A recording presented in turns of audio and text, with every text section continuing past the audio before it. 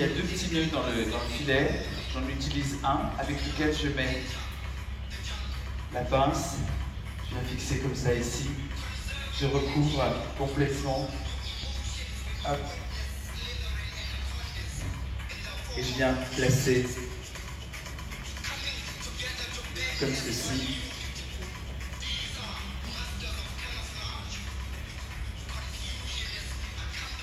Et je fixe.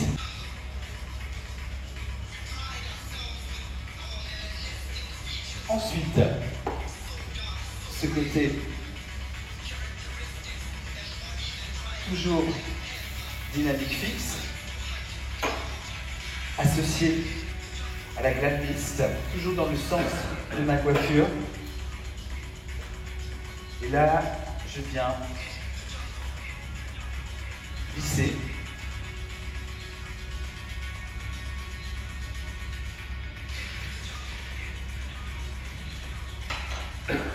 Dynamique fixe dans le sens de ma coiffure, associée au glade mixte, ce qui me permet en fait, et vous allez le voir, de pouvoir défaire et refaire si je ne suis pas satisfait du placement de ma mèche. Donc je lisse et je viens fixer comme ceci de l'autre côté.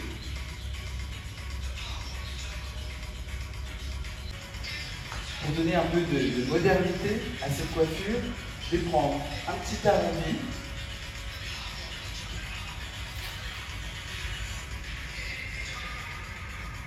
J'attrape le cheveu comme ceci.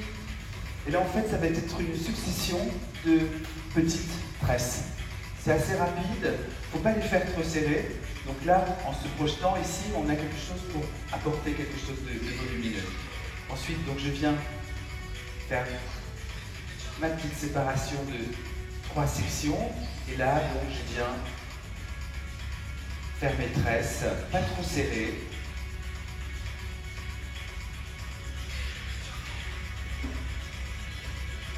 Donc là, cette jeune fille a déjà eu 3-4 chignons. Et avant, justement, j'ai mélangé, comme je vous l'ai dit, le spray avec le gloss. Le fait de mélanger ces deux produits, ça permet de défaire, refaire, sans, voilà, le cheveu, on n'a pas ce côté présent au niveau du produit. Donc là, hop, je termine ma tresse. Je vais fixer avec un petit élastique.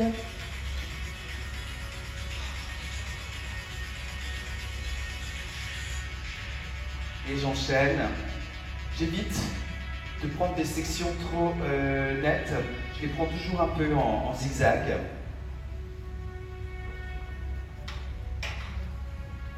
Et j'attrape le cheveu de manière à pouvoir faire encore une tresse.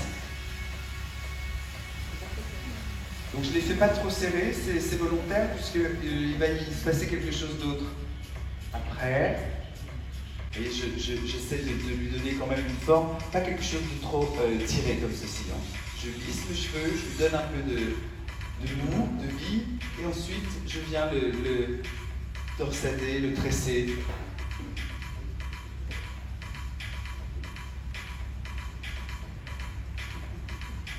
Et j'enchaîne au niveau des tresses. Alors vous voyez, quand j'arrive comme ceci à la fin d'une petite mèche qui est un peu plus fine, ok, c'est pas grave, je reprends dans ma mèche une partie, en fait, je double de manière à pouvoir continuer à avoir toujours la même épaisseur au niveau de cette tresse. Et hop, je vais jusqu'en bas, je monte, je redescends. Je vais l'étoffer un peu, lui donner un peu plus d'ampleur. Et ensuite, vous voyez, je viens comme ceci, travailler. Hop, là pareil, je viens tout déstructurer. Tu as un élastique là, Cyril, à la fin, il y a un élastique. Alors, j'ai fixé avec un élastique au bout, oui, voilà. J'ai fixé un élastique de manière à justement pouvoir travailler comme ceci ma tresse. C'est pour ça qu'il ne faut pas la faire trop serrée au départ. Et ensuite, j'enchaîne, toujours avec la même régularité dans mes gestes. Ce sont avec les plats du pouce. Et ensuite, je twiste comme ceci. Du haut vers le bas, du bas vers le haut.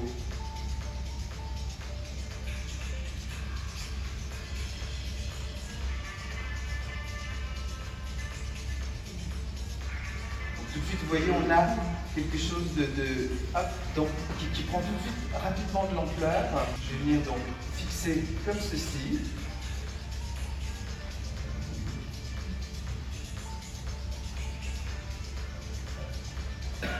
Sur ma base, sur mon crépon.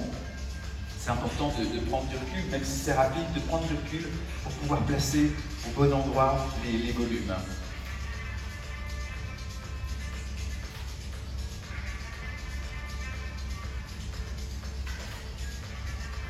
Alors les pinces, je les mets toujours à l'intérieur. Je viens fixer comme ceci mon mouvement. Je rentre à l'intérieur, je tricote un peu et je viens fixer comme ça. Hop. Donc elle peut être positionnée un peu comme des petits cabochons. Donc en rond et à plat, je viens fixer cette mèche. Et à l'intérieur, je viens positionner ma pince.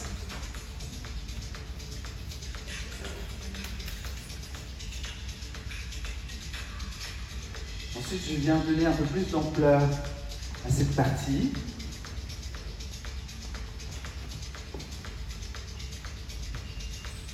Je viens appuyer complètement mon crépon.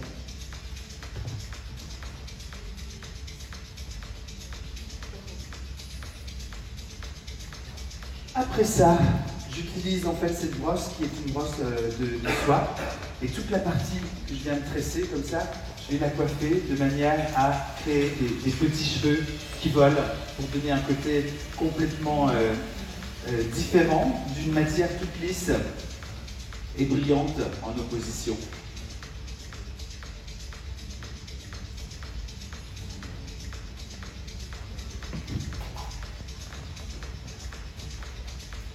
Et puis ensuite, en accessoire, je vais utiliser ces petites choses qui donnent un côté un peu ethnique à cette coiffure. Ça, c'est des trucs qu'on trouve dans les boutiques afro, pour les tresses. Et je vais venir en fait fixer par-ci par-là pour donner des petits points de lumière.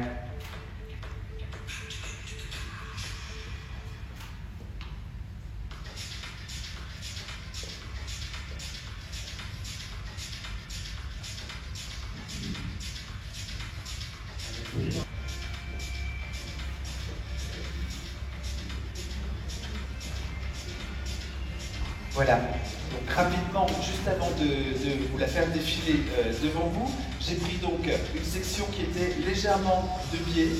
La partie avant, je l'ai isolée. Je suis venu en fait avec une queue de cheval sur le côté, positionner mon crépon. Je l'ai recouvert à l'aide d'un filet, faut pas s'embêter. Un filet, c'est très simple, ça va vite. En fait, j'achète les châtains. Comme ça, ils vont aussi bien aux brunes très foncées que les clairs. Donc je suis venu positionner mon crépon, recouvert avec la queue de cheval le filet. La partie ici isolée, je suis venu en fait la fondre sur mon crépon pour avoir en opposition une texture, matière, quelque chose ici de très brillant. J'aurais pu appliquer au pinceau le gel Fortet, comme du vernis par exemple sur un meuble, pour donner encore ce côté plus brillant en opposition d'une matière qui est toute mate et texturisée. Voilà notre premier schéma.